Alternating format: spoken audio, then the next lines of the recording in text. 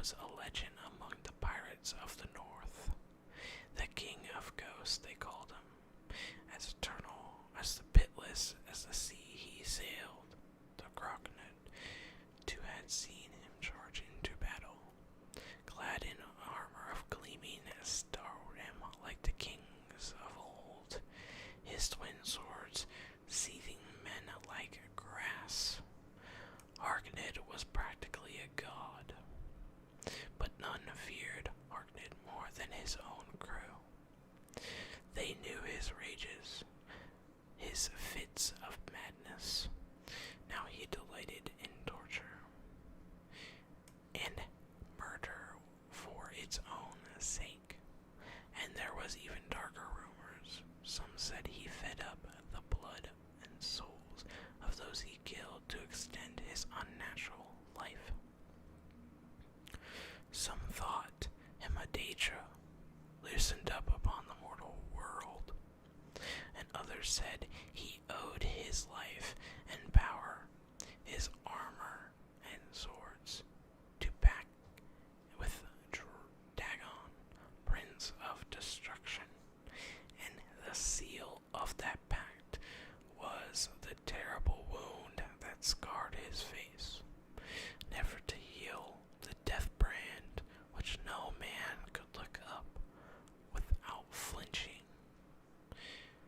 All these things ran through Grugnon's mind as he took place on a deck at the head of the crew, exchanging a curt nod with the Thalin, the ship's helmsman, and his chief rival.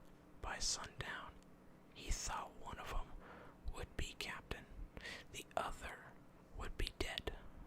When Harkned finally emerged from his cabin, the crew felt silent. He looked frail, his voice raspy, but even so, he had a presence about him.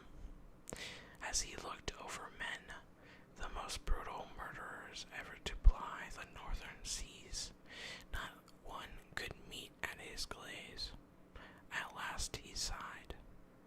You wish to know who will be my successor, as my share of the treasures shall be divided. That was the question, but even so, there were murmurs of protest. Harkned cut them off. All these years, I have looked for one who was worthy to take my place, or strong enough to take it from me. Not one of you even comes close, and so none of you shall have it. He extended his hand. In Dagon's name, I place a curse upon my armor and my swords, this ship and all it carries, until the last day when no one could best me in combat.